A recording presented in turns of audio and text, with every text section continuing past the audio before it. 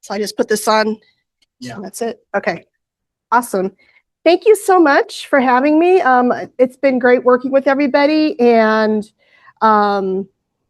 my interest in the group is basically stemming because of, even though I'm an architect, a lot of the work that I do stems from working in the aerospace industry as an architect. And so that's where a lot of the connection comes from. And as you are probably all aware, you know, people have had the dream of going to space for millennia. We just came back from a trip to England and France, and even then we noticed that astronomy was part of our trip. You know, we saw Stonehenge, where, you know, people long ago who didn't have any written language put together these massive rocks to align with the sunrise and sunset. And then over in the 1300s in Saint-Chapelle in France, you know, they made the ceilings look like the stars because they wanted to have their buildings high enough where they could reach the heavens. And so throughout humanity, we've always wanted to go to the stars or have some relationship with astronomy. And so architecture and astronomy have been tied together for a really long time. Now, since I'm talking to a bunch of aerospace engineers, can any of you tell me what this equation is? Yes.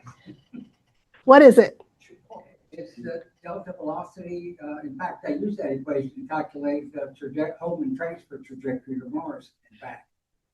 Right. That's the basic equation that Goddard put together, and that was 100 years ago when he first discovered it back in, so I think it was like March 100 years ago, he had put that together. And so when you look at the apparatus that was made to create the rocket, and I know you guys could tell more detail. Again, I'm an architect. I don't know the new details of this, but a lot of the infrastructure that was involved in creating the rocket is still in use today.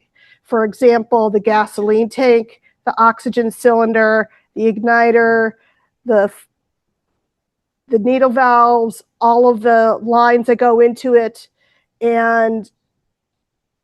But from a building perspective, that's the kind of thing that causes architects and engineers a lot of heartburn too. So we'll get into that in a minute. And then also related to the physics of rocketry, why Florida?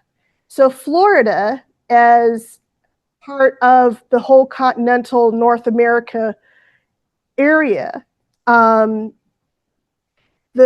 location of Florida being on the 28th parallel is closer to the equator, making it easier for rockets to launch from. And also with some, you know, when the rocket in the US, when they started the rocket program in White Sands, there was an incident where a rocket accidentally hit a town not far away. And so then they realized, oh man, while we can launch from anywhere, we probably shouldn't. And so looking for sites, Cape Canaveral seemed to be the primary location where it was close enough. It was right next to the ocean. So if something happened to the rocket, then it fell away. And then along with Earth's rotation, it took advantage of the physics where you can launch to almost any trajectory from that point. And also, back in the 50s, they built the Eastern Range, which is a series of monitoring stations from Cape Canaveral all the way to Ascension Island near Africa.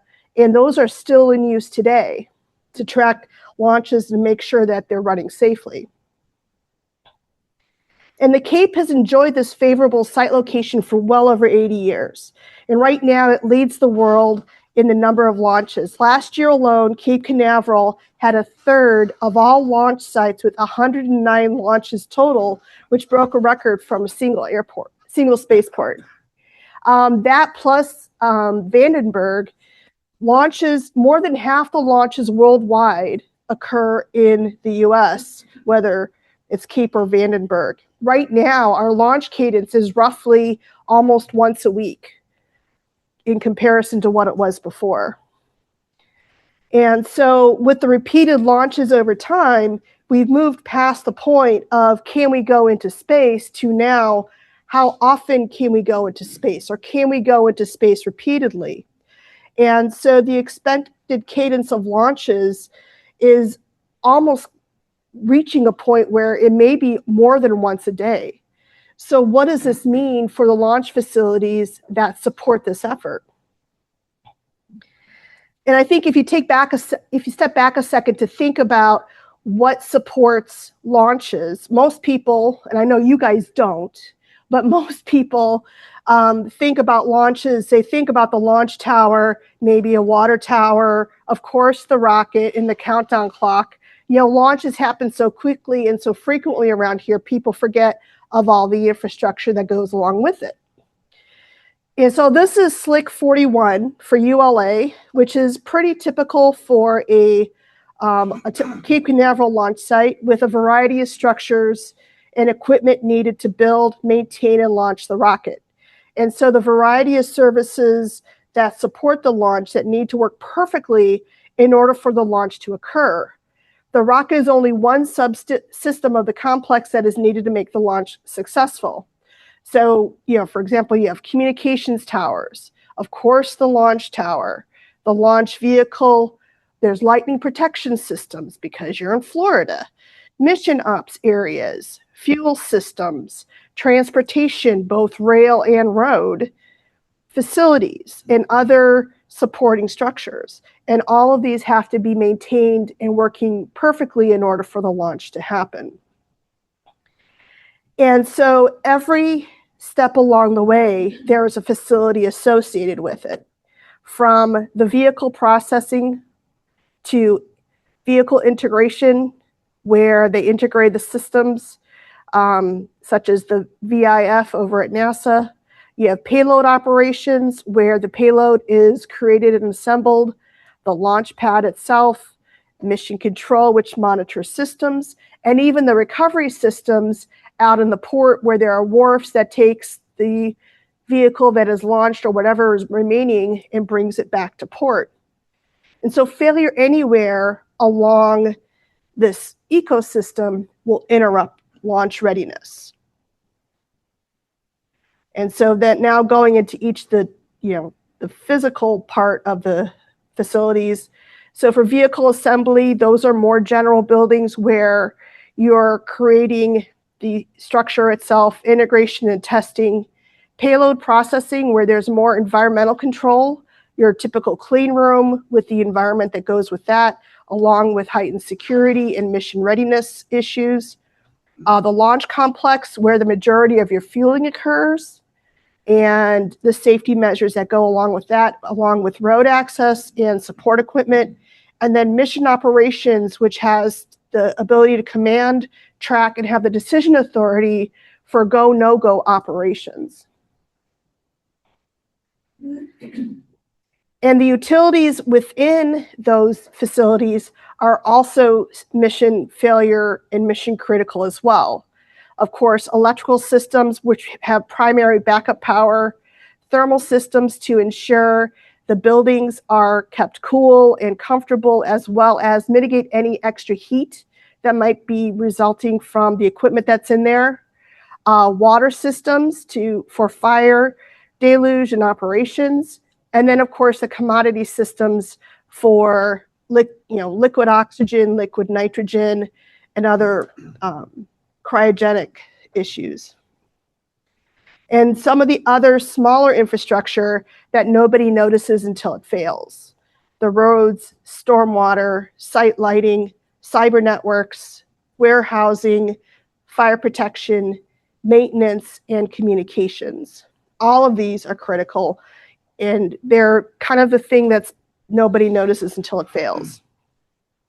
And another issue why the Cape is so different is that while from a physics perspective, the Cape is an ideal location to launch from a building perspective, it's very caustic because of the salt air as well as the erosion that continually happens to facilities that are there.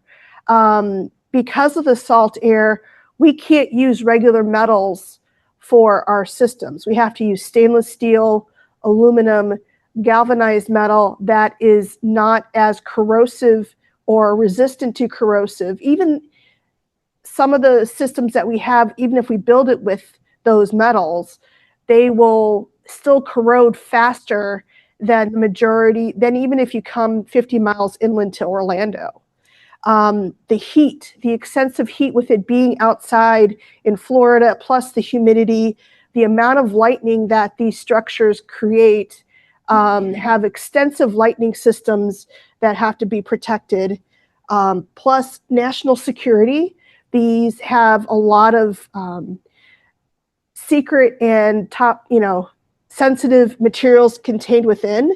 And so these operations have to be maintained in order to protect security.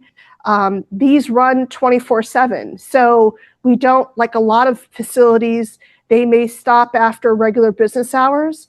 These are 24/7. And so all the utilities and infrastructure have to be continually working. And any one of these systems, if they fail, there's a high consequence if they do fail. And so what these mission critical systems teach us is that we learn that the small failures matter.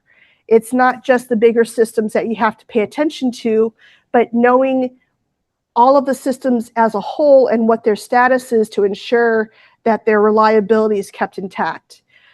Knowing constraints, that while construction and modifications and maintenance is occurring, that operations is still going to occur while that's happening.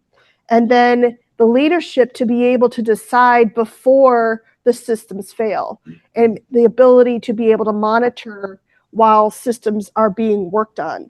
Technical decisions become leadership decisions because we have to ensure that they're running all the time.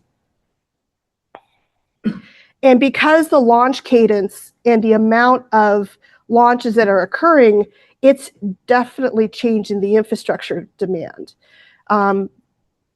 As I showed in the previous slide, with the amount of launches happening, more wear to our systems means more dependency and higher expectations, where the infrastructure is going to determine the pacing of launches rather than the launch itself. And so timing all of the infrastructure improvements is going to be critical to ensure that the cadence that the Cape wants to see can occur.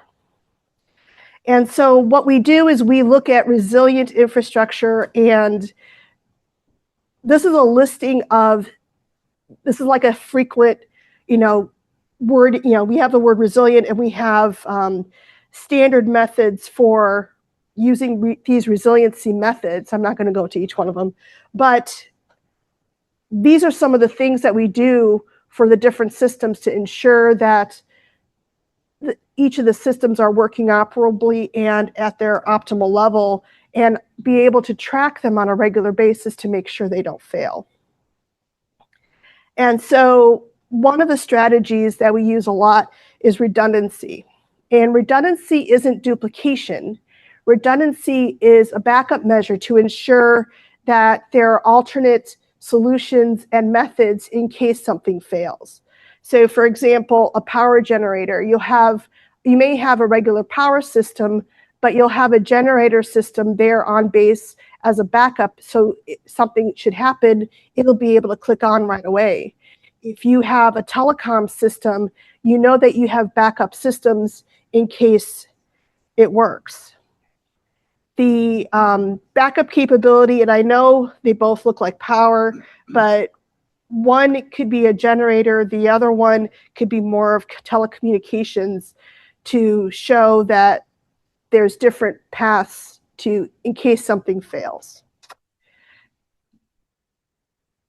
And then another strategy is phased modernization.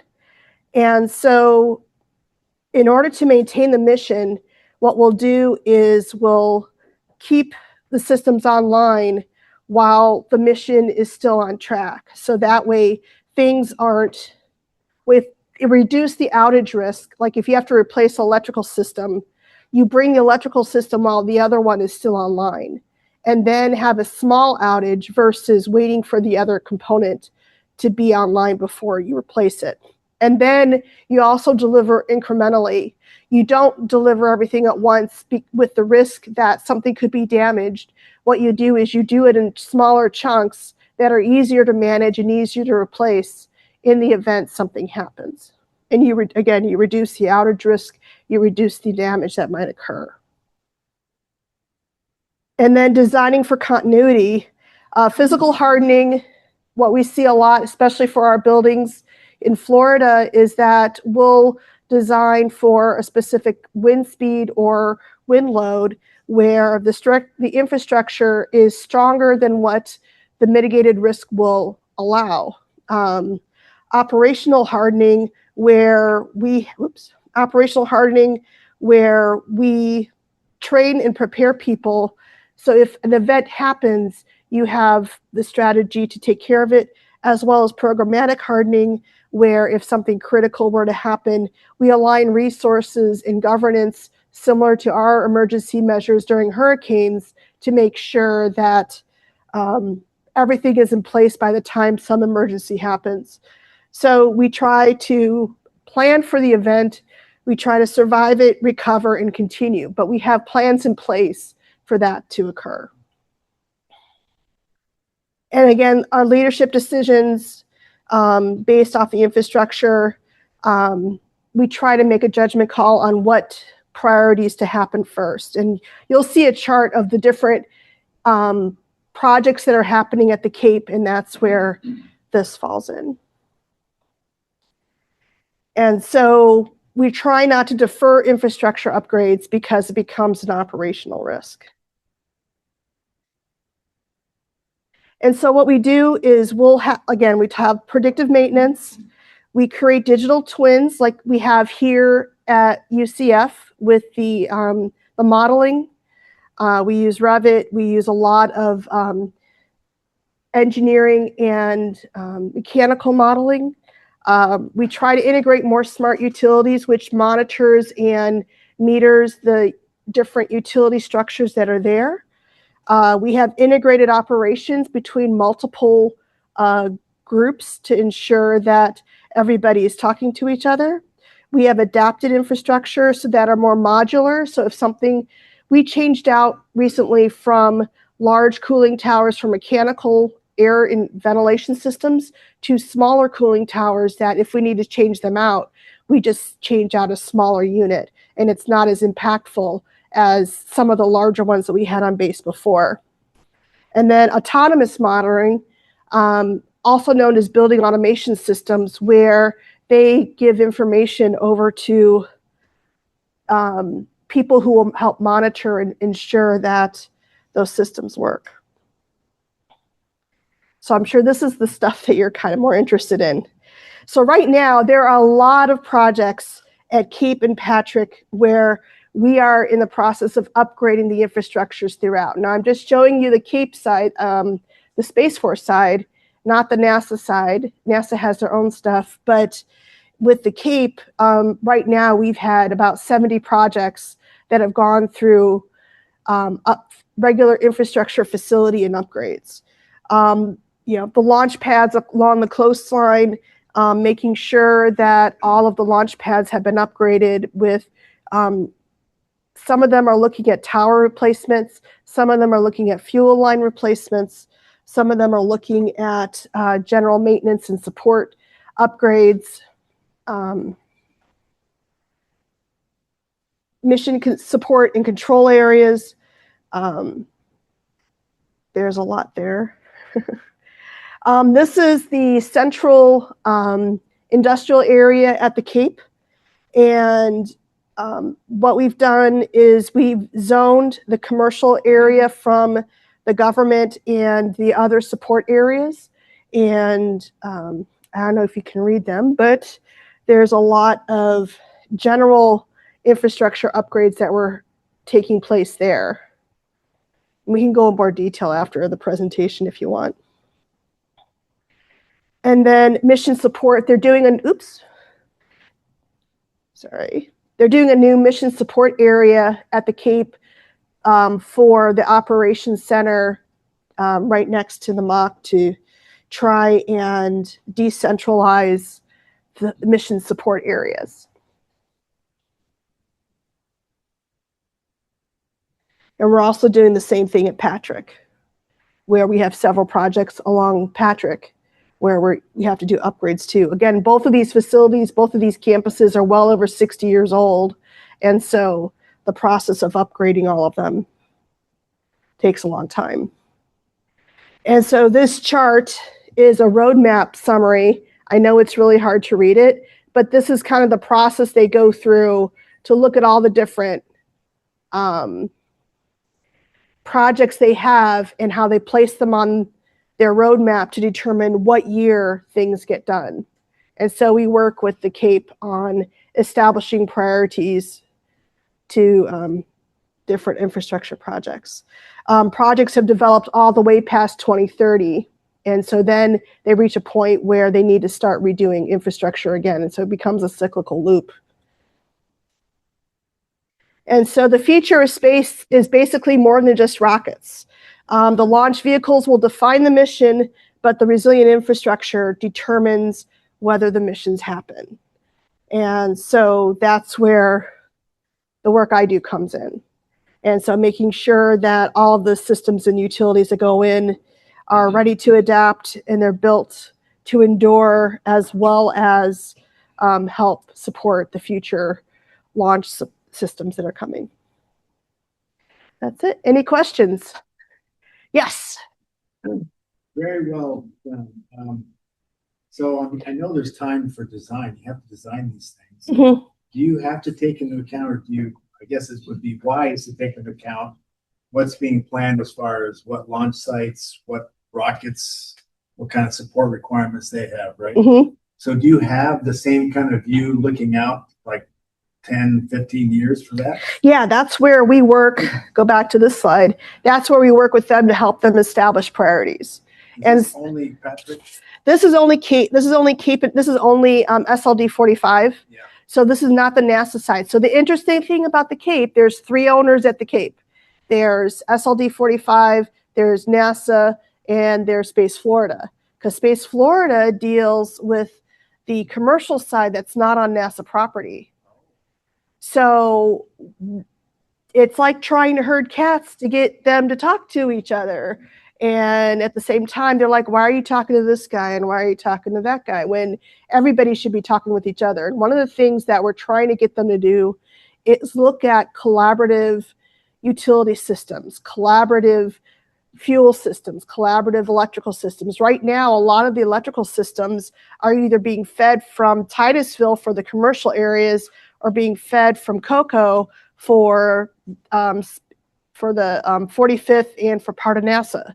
And the two do not talk to each other. There's like there's a hard line when you cross that bridge between one and the other, which it shouldn't be that way. Because if something were to happen, they're going to rely on each other to get the resources that they need. Is that more defined because of funding, budgets, and that kind of thing? It's a mixture of funding and, again, that's where we have to work with them on establishing the priorities and how they convey those funding to whatever source of money they get. So for both NASA and, NASA isn't DOD, where Space Force is DOD.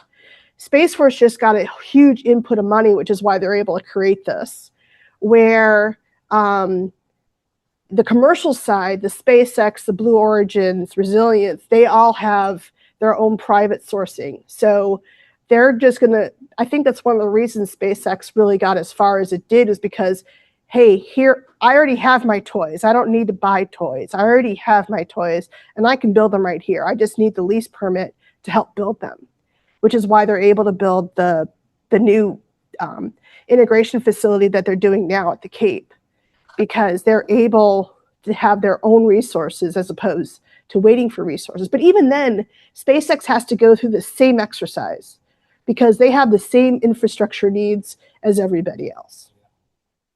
Yes.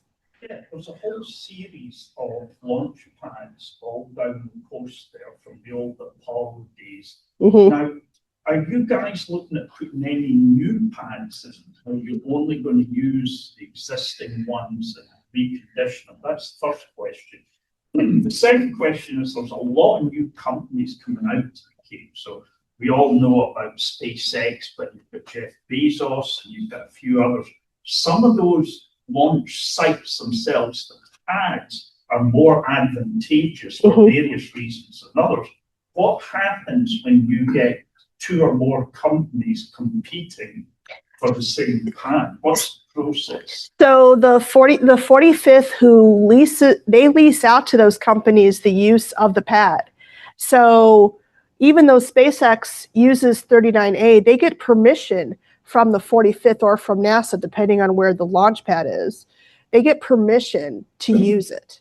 So what they'll do is if they want to update some of the smaller, older launch pads, they will make an agreement with them to do that. So that way, if they want to do an upgrade and build, that's pretty much what Blue Origin did for their new launch pad, is that they made an agreement with the 45th to build their new launch pad there so they can launch there. Also, another thing I noticed when I've been out to the Cape is I haven't seen too much solar out there, unless some of it is hidden in an area, and I've been all around the Cape.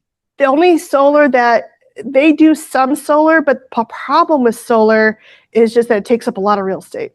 And real estate is a little limited. And because you're on a nature preserve, you can't use too much solar on the ground. There's the one area across from, as you're heading on 405 on the north side, across from the Atlanta, you know where the Atlantis exhibit is, there's a small area where FPL put a bunch of solar panels.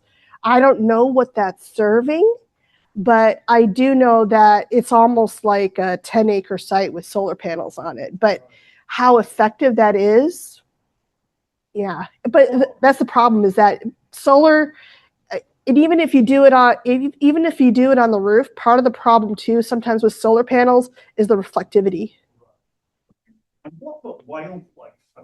Who's in charge of that, and what agencies, and have you run into any issues? Yes. Oh, yeah. That's the National Wildlife. So all of the Cape is on the Merritt Island National Wildlife Refuge, and so that is part of the National Wildlife Service. And so yes, we run into critters all the time. We were on a construction site and a guy was working along the river, and there was this boar. He was just eyeing the guy, and he's starting, and the guy didn't pay attention, and people were honking, there's a big boar about to, and I run across alligators and raccoons. So one of the things we run across a lot is raccoons. They love to party on the roof. You try to put barriers up. They figure out how to get under try to get under or get around. Even if you electrify it, they'll figure out a way. But yeah, raccoons like to party on the roof. Do you have any problems with water table issues there? Yeah, and so that's where the storm drainage issues are really important. And some of the civil engineering is critical in this area, because the drainage and being able to monitor where the drainage goes, especially during a storm. And part of the issue too is that with the coastal erosion, we're always monitoring that, because the coastal erosion and how close some of these launch pads are. And so I think there's a couple of them, I think on the south end, where I think they were looking at possibly moving them just because of coastal erosion. Yes. So the SpaceX has got the Raptor version 4 engine coming. And so you're going to have, right now they have like 33 engines on the first stage. That might increase, I think. How is Launchpad 39, is Launch Complex 39, I guess, A, going to require extensive they might strengthening to adapt to the space? Yeah, part of the big issue at the Cape too is the amount of road strengthening that's going to be required, especially along Phillips Parkway, bringing the new equipment up Phillips Parkway to the launch sites, because those roadways are, I'm sure, I know that they've been upgraded, but they're probably gonna need another. They have weight classifications for roads, and so some of those weight classifications will have to be looked at just to make sure that they're feasible. If not, then sometimes what they'll do is they'll bring them in by barge. Because there's a couple of, so we have the wharfs on the south side, but then there's a couple of dock areas where they can bring things in by boat if they need to. I have an example of a drone, what do they call it? Landing pad, yeah, Yeah. launch pad, So yeah. are those gonna be docking, you know, when they, in other words, do they take, what's the connection between those and the Cape facility? So between the drone launch pads. Those dock, so say they're recovering. Oh yeah, so some of the facilities are right along the riverfront. Some of Blue Origin's and SpaceX's facilities are right along the riverfront. So they would be pretty. Mm-hmm. And then also too, they have a couple, as you're driving on the south end of the Cape, the South Gate, you'll sometimes see the Blue Origin and SpaceX boats sitting there. They'll either be, you know, fixing some of their nets for, you know, when they were catching stuff, or just getting ready to bring more cargo in. But yeah, that's one of the reasons that they're looking at upgrading Phillips Parkway, because that's an important part of bringing some of that equipment in. But yeah, they have other facilities that are along the riverfront. Okay, it seems that there's not much room for new launch pads out there. Well, I think that's where, you know, talking about Dave's question too, there might be some refurbishment of older ones, because there are some older ones that haven't been used in decades. Yeah, we saw some of them on our tour. Mhm. Yeah. I mean, they're old ones, right? Mhm. Probably not big enough right now. No. But they could be refurbished, I guess, right? And again, that's where the coordination with the 45th, because the 45th and I forget what other entity, there's a couple other entities that technically own the Cape, because you're no longer in Florida when you're on the Cape, you're in federal land. So the owners of federal land, those are the people that you coordinate with for any kind of upgrades. It's like you're a tenant. It's like you're leasing a space as if you're renting a tenant space for an office build out. It's that kind of mentality. But then there are some structures that, you know, the federal government owns, and like the 45th owns directly, that they'll upgrade. But yeah. So you showed the projected launches. Mm-hmm. And you emphasized that we need to upgrade our infrastructure. So what's the current limitation with our infrastructure now on the launches? In other words, can we get to 160 with our current infrastructure, or you can't get there right now? We're not quite there. We're almost there. We're not quite there. The reason we're not quite there is that right now it's turnaround time, right? Because you have the court. So I think the quickest that I have to look that up, but I think the quickest we turned something around, I think, was like a day and a half, if I remember right. Like something launched at midnight, the one launched at like noon the next day. I think that's like the quickest I've ever seen it. But then it was 2 different launch pads. Now to launch it from the same site, right, you'd have to totally once the launch goes up, all the damage and everything that happens to the launch tower, that has to be refurbished, you know, rechecked. All the systems have to be verified that it's still good for launch. They have to be approved, have to have the new vehicle put in place. I don't think we're quite there yet. I didn't realize you had to refurbish the launch site. You have to have checks to make sure nothing got damaged from the previous launch. Yeah, so it used to be like 6 months. It used to be like 6 months between, you know, ground operations for a launch. Now it's gone down to what, like 2 weeks now? It's almost like, yeah, we had 109 launches. So that's not the same launch pad. So it's about maybe a week and a half. Yeah, about a week and a half per same site. That's pretty good. Yeah. And again, they have systems like we were talking about. They have systems in place. They have check systems in place to make sure that, you know, what is it that we have to check? And then are there any issues? For example, there was one launch that happened where someone forgot to bolt the elevator door for the manned personnel to go back out. Of course, the launch happened. The elevator door got totally blown out. And it's like, oh man, we can't launch again for like another 3 to 4 months because we have to totally replace the system.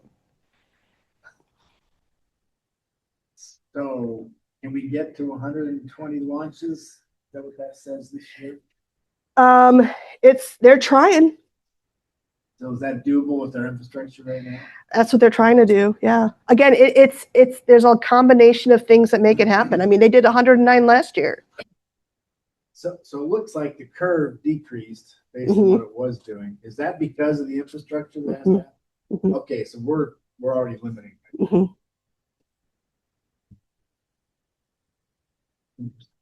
Yeah. Is there gonna be any missile launches? We're not launching any ICBMs, obviously, but is the Air Force, Space Force going to launch like military? That I don't know. Yeah. A lot of the missions they're launching Most using commercial launch vehicles, right? Yeah, the stuff I work on is strictly rockets. Like an ICBM is a rocket. Okay, but I'm not in ICBM world. They do have them there. I know that, but I couldn't tell you what happened. There's silos there? No, I don't think so. I thought there were silos there. Yeah. And North Dakota, South Dakota, I think.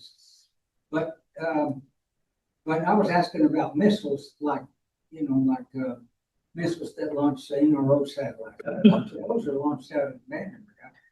No, there's NRO that launches at the Cape. There's NRO at the Cape. They're just using commercial launch. Yeah. And you're going to have small companies. Relativity, Firefly. I forgot. There's like a third one. They're already there? Yeah, they're getting there. Yeah. This is it. Just Space Coast. Yeah. That's why we're all here, right? This is why we're all here.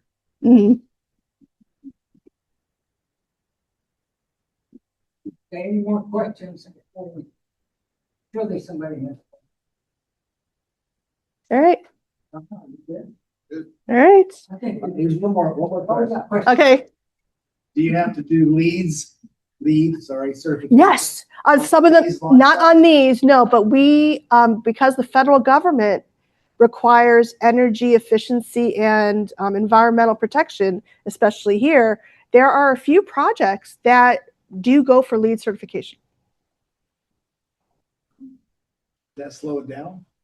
Yes.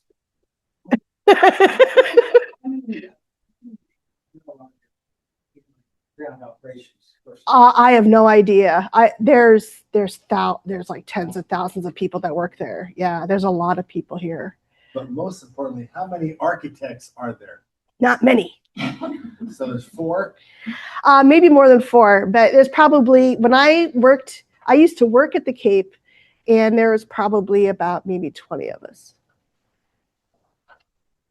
But then we would work mostly with the firms like I'm doing now, where it's easier to work with a firm than it is to be the person herding the cats kind of thing.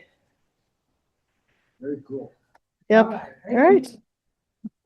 Thank you.